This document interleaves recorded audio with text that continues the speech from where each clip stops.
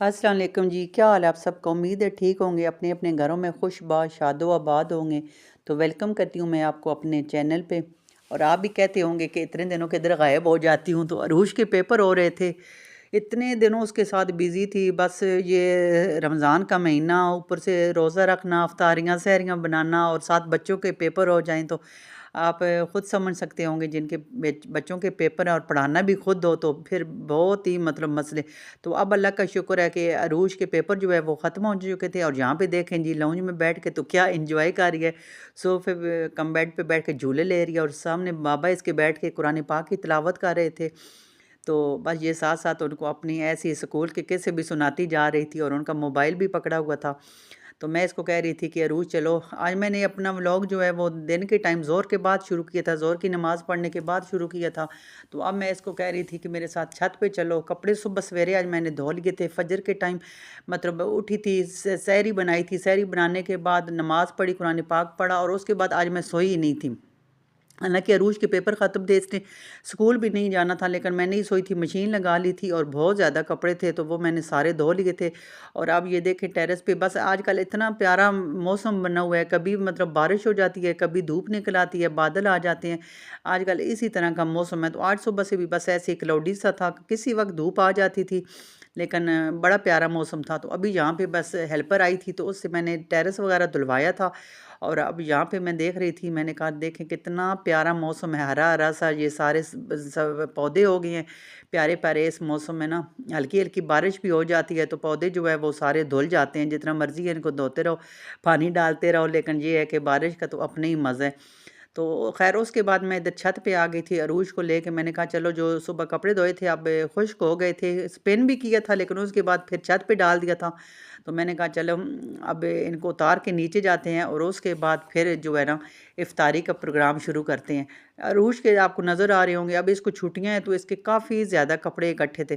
तो मैंने कहा चलें अभी कुछ दिन तो इसको छुट्टियाँ हैं, लेकिन ये है कि फिर और भी काफ़ी कपड़े इकट्ठे थे। रोज़े में तो एक कपड़े धोने का दिल भी नहीं करता, लेकिन आज मैंने हिम्मत करके सुबह सवेरे मशीन लगाई थी, और ये अल्लाह का शुक्र है कि सारे धुल गए थे, और अब यहाँ पे खुश्क भी हो गए थे। तो अब मैंने कहा चलें नीचे लेके जाते हैं। तो आप दोनों बहनें इन कपड़ों को तह लगाना, और मैं जो है वो किचन में लग जाऊँगी इफ्तारी का सामान बनाने के लिए, जो कुछ बनाना है। ये तो अब डेली का है ना कि इफ्तारी का भी फिर सोचना पड़ता है कि क्या बनाएँ बस।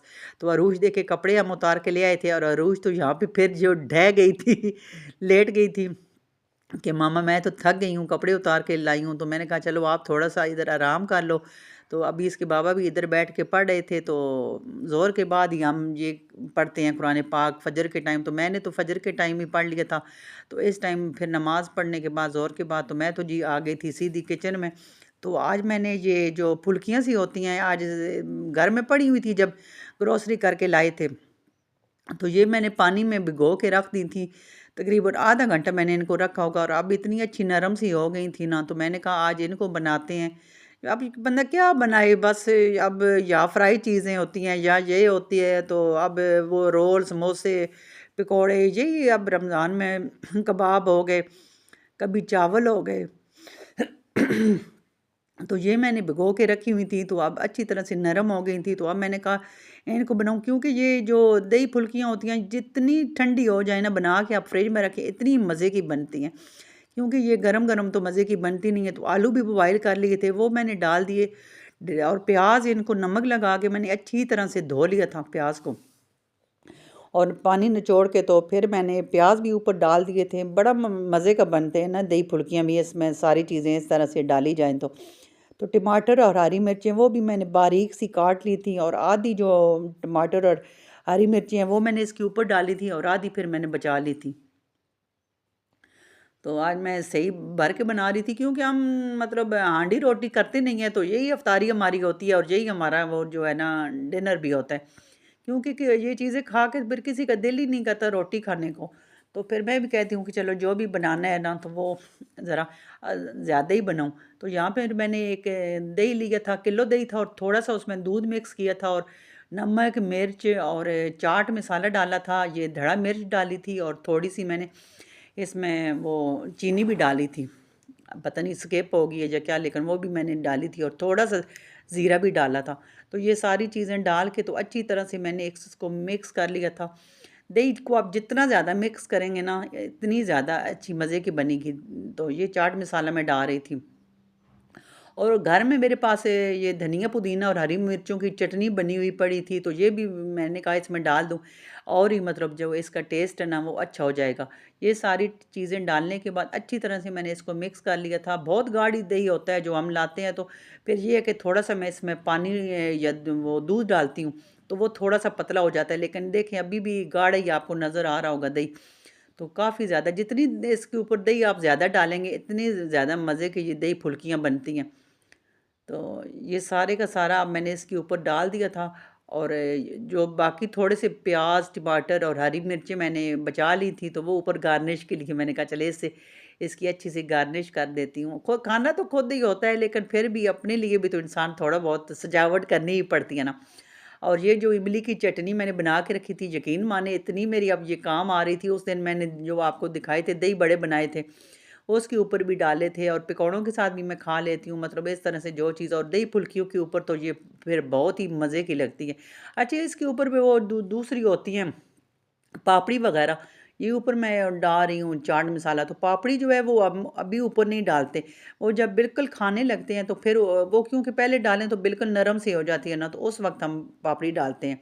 अच्छा जी, वो तो दही फुल्की तो तैयार हो गई थी, फ्रिज में मैंने रख दी थी। तो जब मैंने उनके लिए आलू बॉयल किए थे उसमें डालने के लिए, तो फिर ज़्यादा मैंने आलू बॉयल कर लिए थे। मैंने कहा चले साथ एक और भी चस्का लगा लेते हैं, तो ये मतलब कटलेट्स बना लेते हैं। कटलेट्स भी सबको ज़्यादा पसंद है, तो इसमें नमक, मिर्च, वो मोटा साबुत जो धनिया होता है वो, ये ज़ीरा और मेथी और बारीक से चॉप किए हुए प्याज, ये सारी चीज़ें डाल के तो मिक्स करके अच्छी तरह से मैंने इसको मिक्स कर लिया था। थोड़ा सा मैंने इसमें चाट मसाला भी डाला था। और मोटे-मोटे ये जो शामी कबाब होते हैं वो फिर भी थोड़े बारीक होते हैं, और ये जो होते हैं कटलेट्स होते हैं, ये कटलेट्स जो है ना वो थोड़े-थोड़े इस मतलब मोटे रखने होते हैं। तो ये देखें यहाँ पे मैं वो बना के रख रही थी। मैंने कहा चलें साथ-साथ ये काम भी, आज थकावट तो ज़्यादा हो रही थी, कपड़े धोए थे, काफ़ी ज़्यादा कपड़े थे, लेकिन ये है कि फिर करना तो था ही। अफ्तारी तो सब ने करनी थी, सब ने रोज़ा रखा हुआ था, तो करना तो था ही। तो यहाँ पे देखें जी, झटपट में मेरे कटलेट्स भी तैयार, एक तीर से दो शिकार कर लिए थे। उधर दही भल्ले में भी आलू डाल लिए, और इधर इन आलू से मैंने कटलेट्स भी बना लिए। तो एक तीर से आज मैंने दो शिकार कर लिए थे।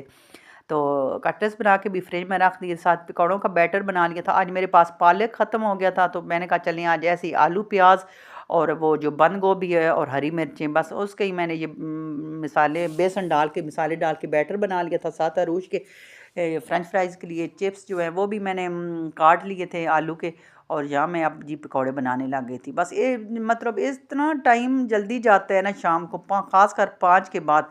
बस बीच में मैंने सिर्फ असर की नमाज ही पढ़ी थी, और उसके बाद मैं फिर जी फ़ौरन किचन में आ गई थी।